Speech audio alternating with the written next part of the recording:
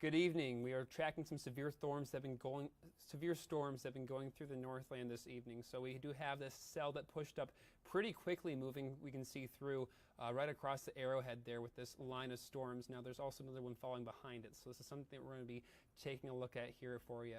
We do have the severe thunderstorm warning that's now been issued for 9:30. So with this, we're seeing for areas of Cook, Lake, and St. Louis counties, the threat here is going to be penny-sized hail and 70-mile-an-hour wind gusts. Now that is radar indicated, but those are very severe wind gusts which could be doing a lot of damage to property. We could also be seeing some downed trees and power lines. So earlier we have already one report of a large tree that was pushed over where they earlier were dealing with 90-mile-an-hour to 100-mile-an-hour wind gusts, which was radar indicated. So very damaging winds. You don't want to be caught outside for those kinds of winds, obviously. So with this, we're also looking at a chance for seeing some power outages possible this evening. So this is on a scale from 0 to 5. So anywhere that it's a 3 is a good chance of seeing some power outages at this point this evening. So definitely want to keep that in mind. Now we have this line here which is developing right along the border of St. Louis County and over Lake Superior now.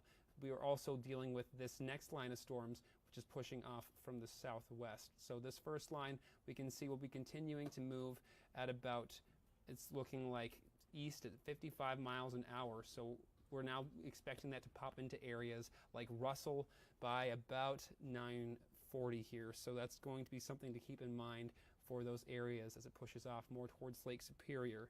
Now, we're also dealing with this other line of storms, which has issued itself a different severe thunderstorm warning. So let me just update this here real quick. So this is in effect until 9:15 this evening. And with this, we're also looking at some golf ball sized hail and 60-mile-an-hour wind gusts possible here. So for these storms, we're looking at a very strong cell as well, and we can actually dissect this here and see that we're dealing with 60,000 feet for those cloud top heights. So with that, that's where you're getting a lot of updraft, which is really going to provide for very rapid hail production, which is where they're getting that golf ball sized hail, which of course can do a lot of property damage with that. So this is just the last 3 hours, how quickly those storms have been rolling through here. We can see they've been doing a lot of damage, and now the one more along that St. Louis County border is going to be dissipating here as it continues to push off more towards the lake.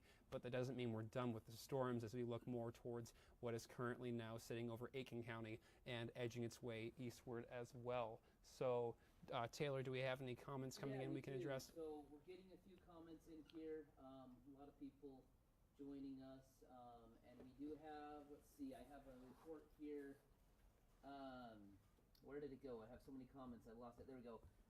Zach says he was just on 35 South and the wind was crazy, which, yeah, it does look like yes, that line of storms just passing over the I-35 corridor as well. So, especially right here near the Twin Ports. So, Zach, I don't know exactly where you were on I-35. If you might want to let us know. Well, in that cell now, it looks like it's pushing more towards the Duluth area. Yeah. So just south of Duluth, maybe on I-35. And with those roadways, we can expect to see some flooding as well. So we definitely want to be keeping an eye on that. We're looking at I-35, 53, definitely want to stay off of those roads for the time being, and Highway 2 as well. Definitely dealing with some isolated severe rain and winds that are going to create unpleasant travel conditions, unsafe traveling conditions. Yeah, it's, I mean, at one point, as Brandon mentioned, this storm had up to 100-mile-per-hour winds, and I mean, we are seeing some down tree reports as well. So those roadways, you know, it's a big travel night for people, and so that is one thing to keep in mind as you're traveling. Now that it's dark, too, it's harder to see some of those areas that might be impacted by the storm. Something to use some caution with. I'm seeing if we have any other reports here. Let's see. So here's a question for us. Della says her sister-in-law is heading back to Britt. Will she be okay to get home safe tonight? Okay. So let's see what we can find there for them. It looks like, I want to take a look at that. Yeah, okay, Britt is so just up north, up along the range, up north of the Hibbing area. Gotcha.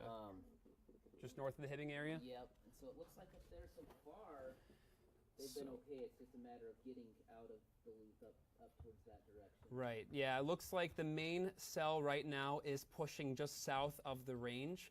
So if that continues, it looks like the areas more at threat are going to be more south and east of Hibbing. So it looks like Britt will still be dealing with some rain, but the heavy rain is going to be less of a concern. The winds are also still going to be gusty, but not dealing with the 70 to 100 mile an hour wind gusts that we're seeing really in the heart of these storms here. Yeah, and we do have another question, similar question, but somebody wanting to know how it's looking on the range. Right. Which you did just clarify that there. It looks like the bulk of that is good.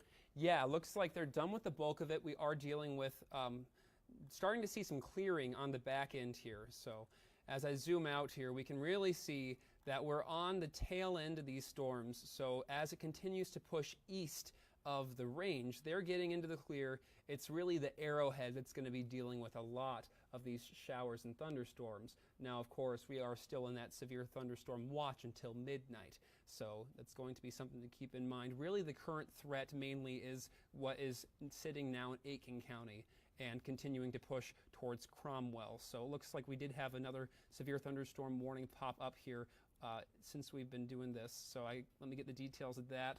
It's going to be until 9:15 for parts of Aitkin, Carlton, St. Louis County.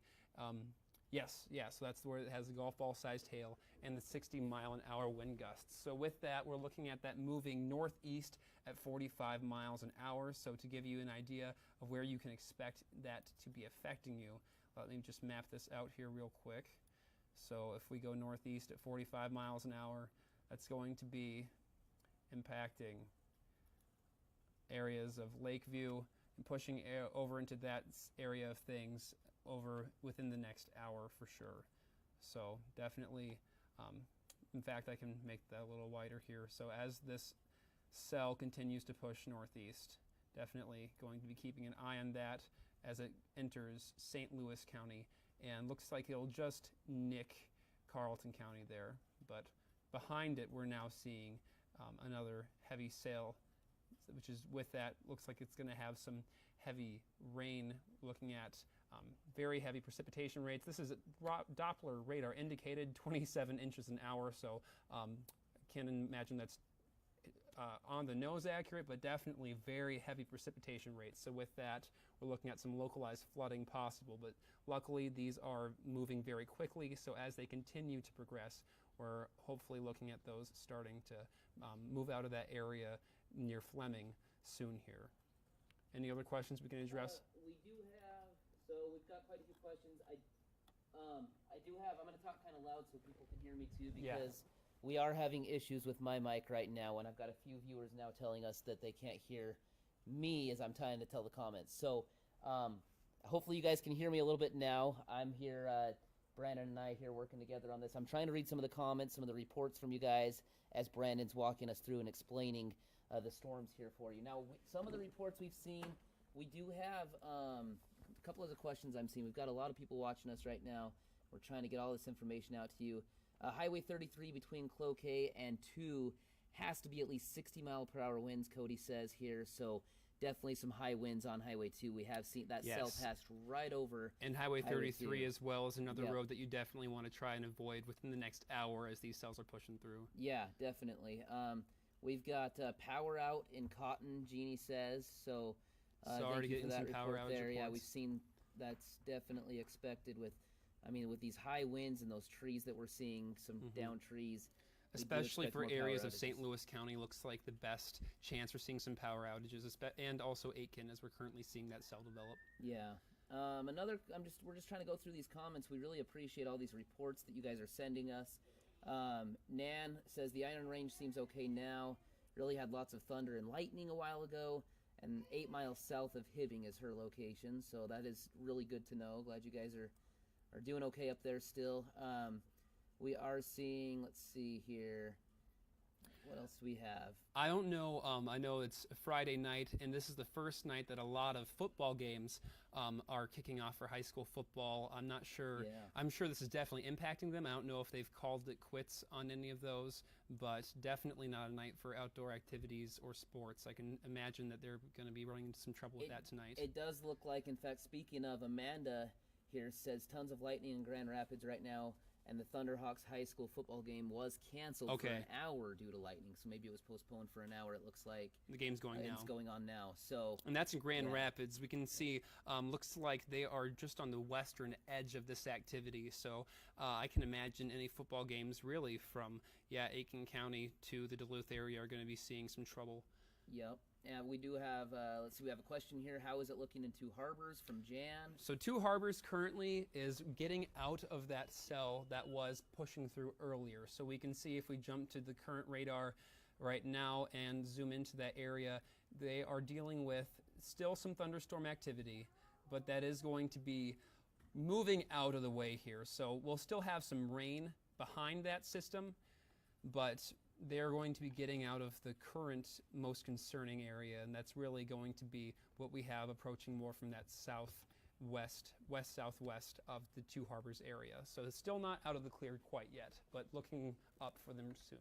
Yeah, and then we do have a few other comments here as we're sharing this mic here together, so so bear with us. We're trying to work through this here with some of the technical difficulties, but we do have, let's see, Stacy says, loving the light show, so I like that, a positive outlook on things. It is a great light show out there as long as you can stay indoors. Stay your distance and stay indoors and stay safe from a safe distance to watch those storms there. We are seeing, let's see here, pretty much missed Grand Rapids, just a little rain, but could tell there was a lot of activity surrounding us. We have, let's see what else we have. Somebody asked, are we done in Duluth or do we need to haul in light furniture up by the mall in Duluth? So that's a good question. Okay, there. so as we take a current look, we are starting to enter a bit of a break in the Duluth area, so things will be drying out temporarily, but we're not done with the rain tonight. So I would say if you start to see things clearing, that doesn't mean you should go back outside or bring things back outside. I would say keep them indoors overnight here. Looks like we'll be staying dry most of the day tomorrow, just have to get through these next several hours. Yeah, and I know, as we mentioned earlier, it is a big, this weekend is just a huge weekend for outdoor plans, a lot of camping going on. So a lot of you might not have access to, a lot of folks might not have access to, Facebook or TV tonight if they're out camping. So one thing that we recommend is, if you see these storms moving in a direction where you have friends or family members that are maybe out camping, give them a call, let them know as well, hey, what's headed their direction, because it's definitely a good idea to be indoors during these kind of storms that are moving through if you can do that. Absolutely. Let's see what else we have here. If we have anything else, I know things are winding down a little bit, and getting a bit of a break from the strong winds, it sounds like. Yeah. Cloquet has rain, but wind is done, it looks like. Patrick says, thank you, Patrick. Let's see. If you stay inside, you'll stay dry, says Jason. That's great advice. I like that. Definitely. Stay inside if you can here. Thank you, Jason. Yeah. We do have, I think I missed a few other comments up here. There was so many coming through, so I just want to make sure that we don't miss any of you here. We got the power out in Cotton. Okay, let's see. Is the next heavy cell expected over Highway 2 and Highway 33 area? Jean has asked us. So I think she's talking about this one out here towards Shamrock, Morrison, it looks like. We can see Highway 69 is where it's currently passing over, and as well as Minnesota 65, but it looks like just skirt Highway 2, and that should be over the next, I would say within the next hour for sure. So it was before moving northeast at 45 miles an hour. Assuming it's maintaining that speed, then we're going to be seeing it impacting Highway 2 within, the next half hour to an hour for sure there. So definitely going to be one that you want to avoid. And then pushing into 33 as well. Looks like just to the east of Elborn would be where it might be impacting areas of Minnesota 33. We do have another question here. So this is a good one, actually. We were just talking about campers. Let me get you the mic. Oh, yeah, there we go. So now we've got my mic closer here. So we do have a question. Amanda asked us, she says they're camping in Minong and wants to know if it's going to be down that direction. So if we can take a look at that as well, because, like we mentioned, a lot of campers going on. So that's in northwest Wisconsin. Thank you. And we'll take a look at that and see what we got. I think right now it's fairly quiet in that direction, but Brandon, he's going to zoom the map in to northwest Wisconsin here, and we can see what it looks like for you as well. Yes, so if we go over Minong, where exactly for northwest Wisconsin so head are we down looking? Just a little bit to the south. There it is, right there. Yes. There they are. So looks like rain currently is definitely an issue, but the thunderstorms seem like less of an issue for right now. And this current cell, as it continues to move really more east and northeast, it should go just north of Myong as long as it continues more along that path it's currently on. So I would say going to be a wet night for camping, but thunderstorms, the worst should have passed by now, I would say. Just a good night to hunker down in the tent and stay safe out there. But yeah, it does look like the severe threat is staying north of the area there for the campers. So that is some good news there. Let's see what else. I'll see what else we have over here. Sorry. And before we wind things down, I know Brandon has to get ready for the 10 o'clock show here coming up pretty soon. So we'll make sure we have all the questions answered that we can. Let's see, who else am I missing here? And if you see anything here, Brandon, let me know. Just trying to scroll through all the comments, make sure we didn't miss anybody. And I think, let's see, I've got the phone ringing. Maybe I'll pick that up here real quick, make sure we're not missing another report. And I'll see if we have any updates on the current warnings coming out of the National Weather Service here. So, okay, looks like, yeah, lightning is mainly what people are seeing right now. So if we check in here, let me jump over real quick here and see. We'll be done pretty quick, I think. So we're starting to see it push more along the arrowhead there, maybe even entering just south of the Grand Rapids area. And that current severe thunderstorm warning is going to be in effect until 9:30 tonight. So that's going to be for areas of Beaver Bay, Crystal Bay, Silver Bay, and two harbors. So with that, we're still seeing some strong winds as the main hazard, 70-mile-an-hour wind gusts as these cells continue to push off along the north shore and the arrowhead. So that's going to be something of concern. We're certainly not done with them just yet, and we can see that the stronger cells behind them are still pushing in behind Aiken County there. So do we have any other updates from the National Weather Service as far as warnings go? As far as warnings are going right now, it looks like I did just hear our warning system beep again here, so let's see what we have. I know it's just been one warning after another to keep up on. So we do have a new warning, let's see, update here, I should say. Now, we've got, let's see what we have here. Until 9:15 p.m. So now that's going to be still producing golf ball-sized hail and 60-mile-an-hour winds, and that's edging into, let's see. Looks like central Aiken County. Yeah, right. So that's where that was situated right when we started this Facebook Live. Yeah. So it looks like that cell is kind of taking its time. And with that, since it's not moving as quickly as the other one, that's where flooding might become more of a concern, because those heavy rain amounts we're getting with this strong system are going to be sitting over one area for a longer time. So definitely going to be an issue for areas that are dealing with that. So that looks like that's going to be over Aiken County, now edging into Carlton and St. Louis counties as well. So between Cromwell and McGregor, looks like definitely going to be seeing some potential damage from that current cell. Yeah, so we have a couple more reports here. I think we'll get ready to wrap this up pretty quickly. But it looks like raining bucket loads in two harbors with some hail. Sue says. So thank you for that report there. It does look like two harbors has had some pretty decent storms rolling through the area. Says, let's see what else we have. Should be drying up there pretty soon here. Yeah. Lighter rain will be continuing, it looks like. It looks like we have, I think, as far as the questions go, if you guys do have any more questions for us, looks like, here's one. Graves wants to know, should we be putting cars in the garage? And that's it's a good question, actually. Yes. My wife and I actually, we loaded up the kids as we were getting ready to head out tonight to come down here as I saw the storms happening to come in and help out in the station. And we realized we didn't put the cars in the garage as we left, and thought maybe that would have been a good idea. I should have known better.